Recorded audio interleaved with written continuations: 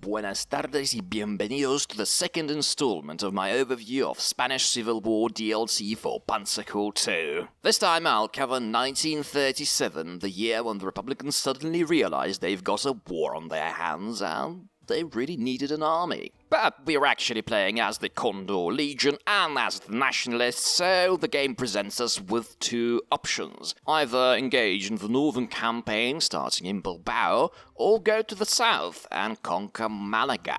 Whichever path you take, you will have to deal with the most difficult scenario this year has to offer, which is BRUNETE, which is appropriately located in the center of the country. Before we go into the individual missions, let me point out that I believe that the northern path is by far less difficult and much less taxing for the Air Force. So here's your answer for the question in the title. If you seek efficiency and want to hoard prestige, go north.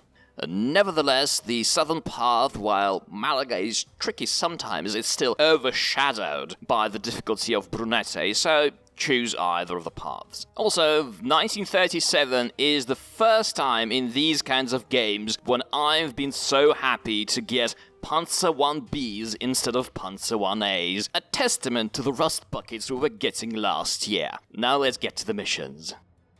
Alright, there's no way around it. The Bilbao map looks scary. Fortifications everywhere, nasty-looking infantry, artillery, anti-tank guns, everything. In fact, the mission is quite easy, what with the abundant nationalist forces you're provided with, and a pretty lax core slot limit. Add to this the very weak Republican Air Force in this area, they've got just 2 fighter units, and you get a mission with many options. So my strategy is only a suggestion. You can go for very different approaches and still succeed quite admirably. So let's look at what I've come up with. My idea was to deploy all of my troops in the mid-southern area of the map and advance across the river towards the north, trying to encircle Bilbao. I found that the western parts of the map is quite well defended with artillery and AT guns, so doing a tank sweep there and perhaps using a bridging unit to cross the river is not the easiest idea. You've already got a poorly defended bridge in the center. In the east, on the other hand, the Nationalists have plenty of troops to take over those villages with scary-looking Basque names pretty easily. They might need some air support, but I really don't leave any ground troops in the east. South of Bilbao, the Nationalists will do a good job keeping your flank tight and distracting the enemy forces from the city.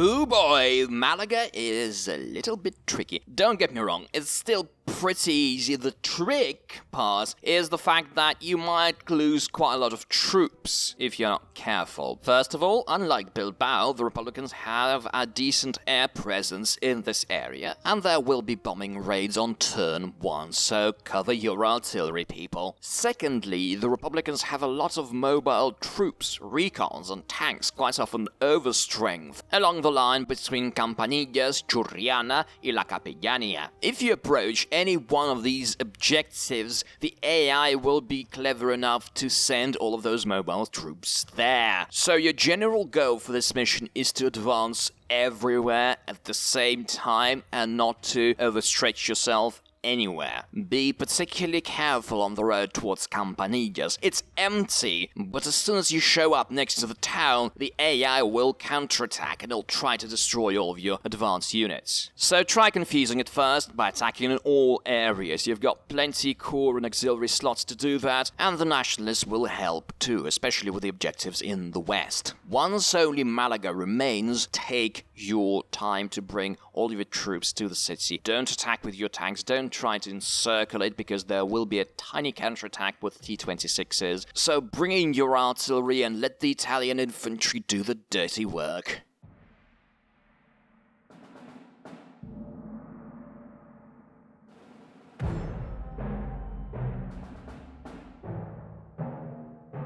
Brunete is a little town just west of Madrid, and if you look it up on Wikipedia, both English or Spanish, you'll find out that the only thing that happened to it was the Battle of Brunete during the Spanish Civil War.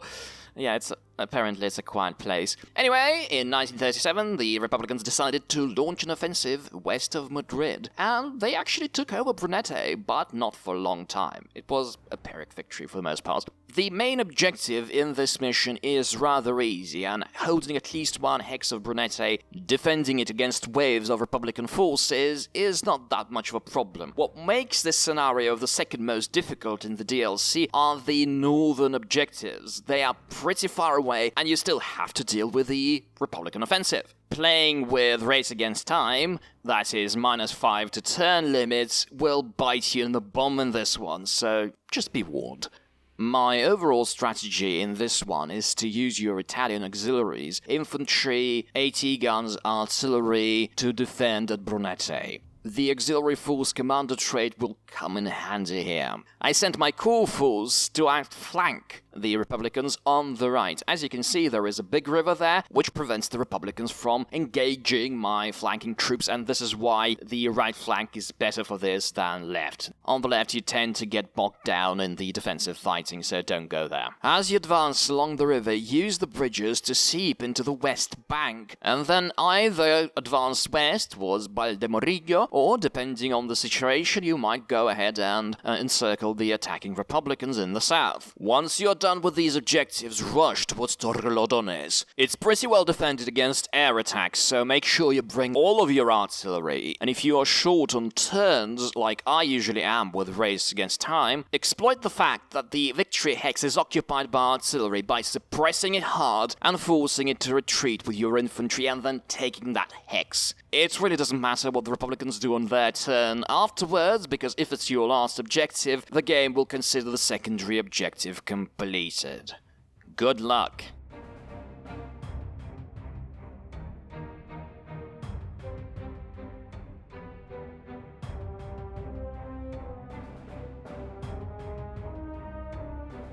In He-Han, the briefing is trying to scare you with terrible weather and rather rugged terrain. However, the mission is pretty easy and none of these problems are really gonna stop you. The weather will be consistently cloudy with no rain, meaning that your bombers will still be able to do a good job. At the same time, the enemy will have just one weak fighter plane, so the game essentially hands the air superiority over to you without asking much in return. As to the hills in the east, they are mostly populated by weaker Republican infantry and are not going to pose a significant obstacle to your nationalist horde. Plus, your initial position is quite advantageous with all of the hilly terrain where your artillery will thrive. Ironically, the plain in the west might turn out to be much more troublesome. First, you've got the town of Gijón, which will require you to bring your infantry and artillery all across the map, and then you have the remote and fortified southwestern objective where the enemy have quite a lot of mobile troops.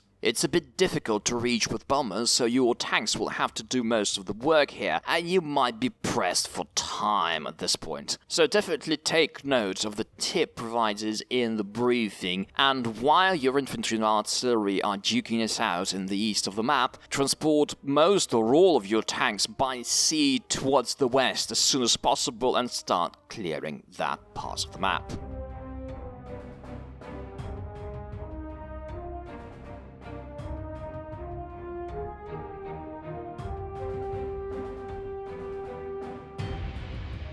Zaragoza is the mission you get to play if you chose Malaga as the initial mission for 1937, and it's another defensive scenario, as if Brunete wasn't enough. So I've found this mission to be somewhat easy despite a few waves of attackers that you have to defend against. So your real goal here is to prevent these attackers from crossing the Ebro River. You can achieve this by setting up tanks near the bridges on your side of the river. All of those are plains hexes, and the tanks will feel pretty comfortable there. Also, the enemy artillery on the other bank is not that powerful and is quite often easily distracted, so it's not going to be a problem. Your immediate objectives will be to take over those airfields in the center of the map. The weather is good and you need all the air support you can get, and then you should proceed to relieve Commander Bathkev. Once you have secured the river crossings and the airfields, switch to defensive mode and resist the temptation to go to the other bank of the river. That will happen, spoiler alert,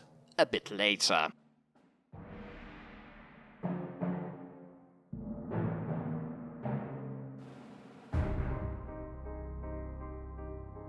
As a final note, let's talk about commendation points. Now, in BRUNETE, you can spend 3 commendation points to get T-26 tanks and I-16 fighters, and please do get them because both of them will be extremely useful in that battle. Not least the I-16s because of their 2 core slot cost. In Gijón and Zaragoza, whichever route you choose, you will be offered to spend half of your prestige to get 12 commendation points. So let me tell you, it's a good deal and it's worth saving prestige for, because in one of the last missions in the DLC you'll be offered something very valuable for 10 commendation points, which you'll probably not be able to collect otherwise. And this is it. Thank you for watching and listening, and see you in 1938. And now a little joke to end this video. How did critics describe Salvador Dali's first novel, Madrid? Nah!